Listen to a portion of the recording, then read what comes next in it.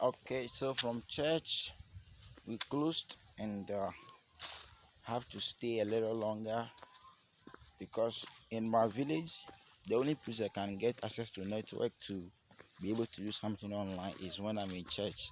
Can you imagine? So our chapel is a very blessed chapel with network. Wow. So I decided to pass this route. This is one of the routes to where we usually fetch water back then, and still people are fetching water there. So I'm on this route. I'm going to this village. The wall. When I was really very small, I think I was at least 9, 10, 11, 12, 13, 14, 15. This route is a very busy route. Those time, this is the only water in town. Now we have pipes that are in the town, but of course, this place is still very useful, and we are, making use of the well here. We are getting water. We usually come here to fetch water. So this is the route to where the well is. And back then, at my age, we before when you get to this well, you actually can't see inside. You can't even stretch your neck to see inside. But right now, it's almost getting deep down into the earth, and there's so much water inside. Very clear water. During the dry season, this is where people come to fetch water. If all the rivers and all the sources of water we have around are dried up, this is the only place that the whole village, the whole community depends on. This is the water that everybody depends on during the dry season, and it's still here. Is really very old. We call it sakabo in our local dialect here. I don't really know the meaning of that name, but of course that's the name we always refer to it as sakabo, and it's one of the wells that you always come here and get fresh water. In the afternoon is really very chilled. You don't need to put it in the fridge before you take it. It's really cool. And coming here, I just see I have some brothers here who are actually getting some water, and it's really awesome. We trust in God that we'll get this thing fixed. We'll put a machine on it. I think we can do this. We can do this, right? We can fix a machine on it, so when people come they don't have to use the bullet. So this is usually what we use to fetch the water. This is one of them. You put it inside. Come and put it inside for me. You put it inside, we use it to fetch the water. um I'm pretty sure in Ghana a lot of people are really very familiar with this. Just fetch small inside. Okay, fetch small inside. Let's see. Let's demonstrate. So you see, you get water inside, then we pull it. Bring it up. Yes, we pull it up like this.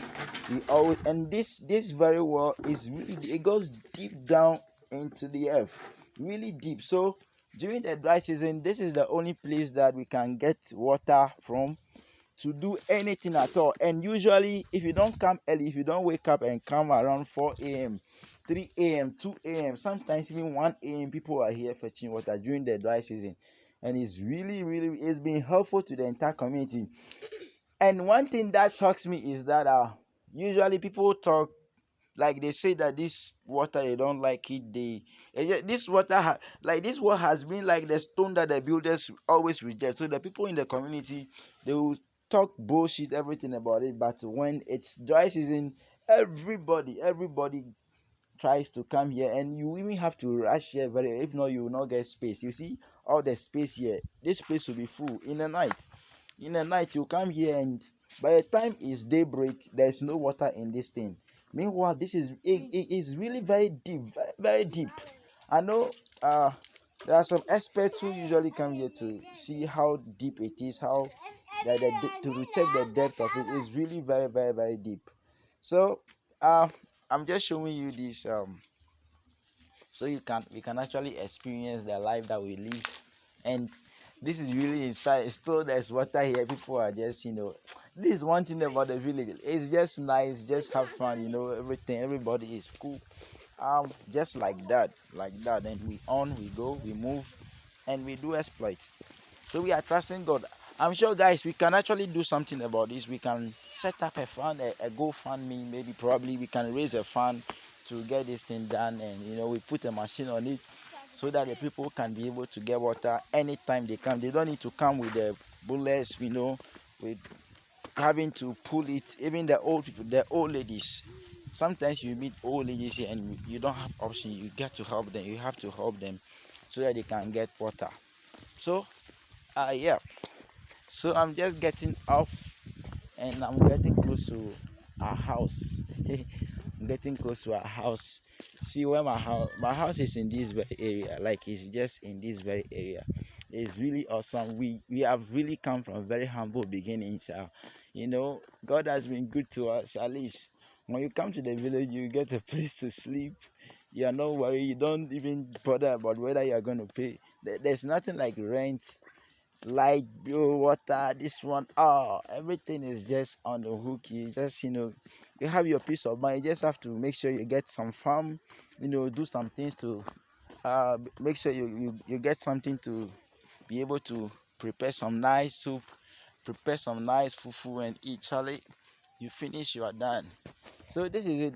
We really come from a very humble abode, and it's awesome. We are happy where God is taking us to. And God is not done with us yet. This is just the beginning. This is just the beginning. We are going to do extra. You can see the Adakul Mountain. Look at the Adakul Mountain. Wow. It's really a very beautiful mountain. Very beautiful. Very, very tall. It's awesome. So we get to go. I gotta go. Thank you.